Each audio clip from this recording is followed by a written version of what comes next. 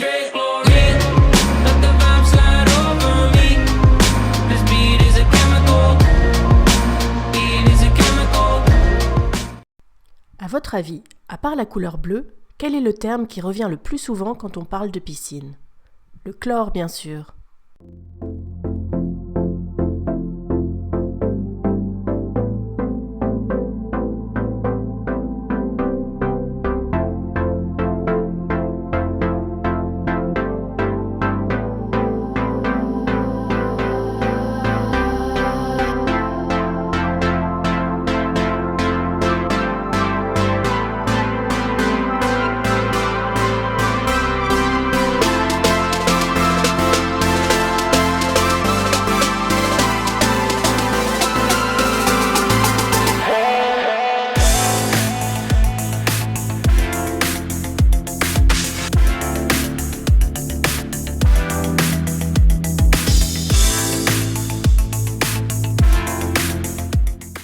Cette forte présence du chlore dans l'imaginaire collectif me donne l'occasion de vous en dire un peu plus sur cet élément chimique et sur l'histoire de son emploi dans un but de désinfection de l'eau. C'est le médecin français Jean-Noël Allais, de la faculté de médecine de Paris, qui fut le premier à démontrer les propriétés antiseptiques et l'activité biocide du chlore, c'est-à-dire sa toxicité pour les micro-organismes responsables de maladies.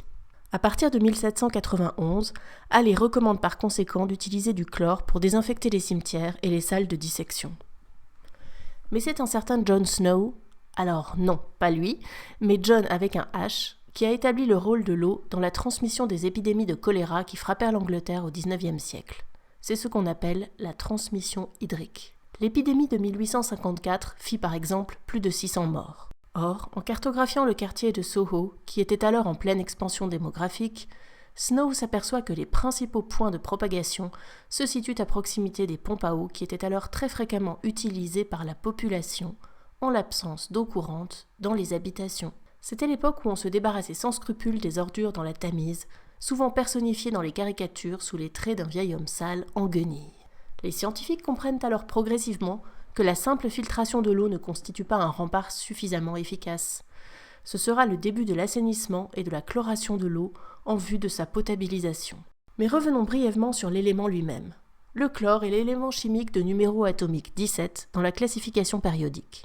À l'état pur, le chlore a la forme d'un gaz jaune verdâtre, du grec chloros, littéralement d'un vert tendre comme les jeunes pousses, terme que vous retrouverez par exemple dans le préfixe du mot chlorophylle. En raison de sa forte toxicité, le chlore a été un des premiers gaz employés pendant la Première Guerre mondiale.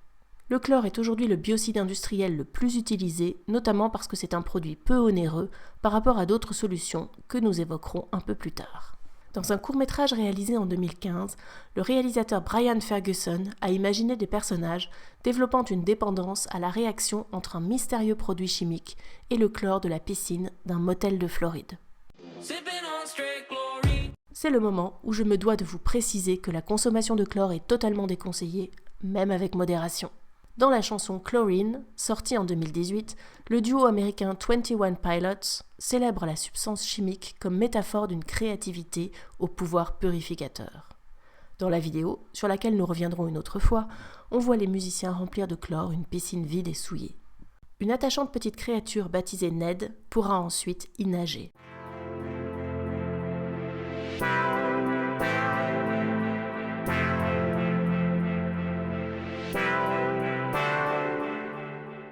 Mais le chlore peut aussi provoquer des allergies et de l'asthme chronique en raison de l'exposition prolongée aux chloramines, ces substances dont je vous ai parlé dans ma vidéo précédente et qui sont responsables de l'odeur si caractéristique des piscines qu'ont récemment évoqué deux autrices. Pauline Delabroix-Allard dans son recueil Maison tanière, paru en 2021 aux éditions L'Iconoclaste, je cite « L'odeur du chlore à force, mais rentrée sous la peau, il y en a dans mes veines, c'est sûr ». Et Julie Gaucher dans « Et elles se mirent à courir », paru en 2022 aux éditions du Volcan. Je cite « L'odeur du chlore. Immanquablement, je décelais l'odeur du chlore dans les plis de la peau, trace olfactive persistante, malgré les douches et le savon. Je cherchais l'odeur du chlore dans le cou de mes premières amours, sur le corps de mes premiers amants. Il fallait qu'ils soient nageurs pour que leur odeur me rassure, attestant que nous venions du même monde. » Mais revenons aux chloramines et à leur toxicité. Depuis 2003, l'exposition à ces substances est d'ailleurs inscrite au tableau numéro 66 des maladies professionnelles, celui des pneumopathies d'hypersensibilité. C'est ce risque qui a conduit au printemps 2022 à une longue grève des maîtres nageurs sauveteurs dans plusieurs piscines de Quimper, en Bretagne. Ces professionnels demandaient en effet que leur exposition au chlore soit reconnue dans la liste des pénibilités de leur travail. Mais la collectivité Quimper-Bretagne occidentale estime que cette exposition, à de faibles taux suite à des efforts récents de déchloration, ne présente pas de danger. Face à cette situation, de nouvelles technologies alternatives ou complémentaires se développent, parfois depuis plusieurs décennies. Quelles sont-elles et pourraient-elles à moyen terme remplacer le chlore dans les équipements aquatiques publics ? Je vous propose ici un rapide tour d'horizon des solutions existantes. L'électrolyse au sel existe depuis les années 1980. Ce n'est pas à proprement parler une alternative, puisqu'il s'agit de produire du chlore à partir du sel versé dans l'eau. L'eau est donc toujours assainie par chloration. L'odeur est toutefois moins prononcée qu'avec des galets de chlore et les baigneurs apprécient la qualité soyeuse de l'eau de leur bassin. Autre possibilité, la purification minérale par un traitement à base d'ions de cuivre et d'argent, connu depuis longtemps pour leurs propriétés bactéricides. Cette solution permet de réduire de 50% l'apport de chlore. On peut aussi utiliser l'ozone à l'aide d'un ozonateur. Ce gaz détruit en effet les bactéries et les micro-organismes, permettant de réduire de 50 à 80% la chloration d'une piscine. Les rayons UV sont une autre alternative en raison de leur pouvoir germinicide. On conseille malgré tout de les combiner à un désinfectant. On peut aussi recourir aux biguanides, qui sont des polymères aux propriétés désinfectantes et antiseptiques, fréquemment utilisés dans les hôpitaux depuis la fin des années 1970. Un de leurs avantages est l'absence d'odeur chlorée, mais leur interdiction a été décidée en 2010 dans les piscines publiques en raison de leur caractère nocif pour l'environnement et de leur inefficacité partielle dans une eau trop chaude. Enfin, il est possible d'opter pour une piscine dite naturelle ou biologique, qui repose sur la mise en place, préalable à toute baignade, d'un écosystème grâce à l'installation de plantes spécifiques à la fonction purificatrice et oxygénante, mais aussi d'une faune, composée par exemple de batraciens et d'insectes. Le coût d'une piscine naturelle est toutefois beaucoup plus élevé que pour une piscine classique, qu'elle soit enterrée ou hors sol.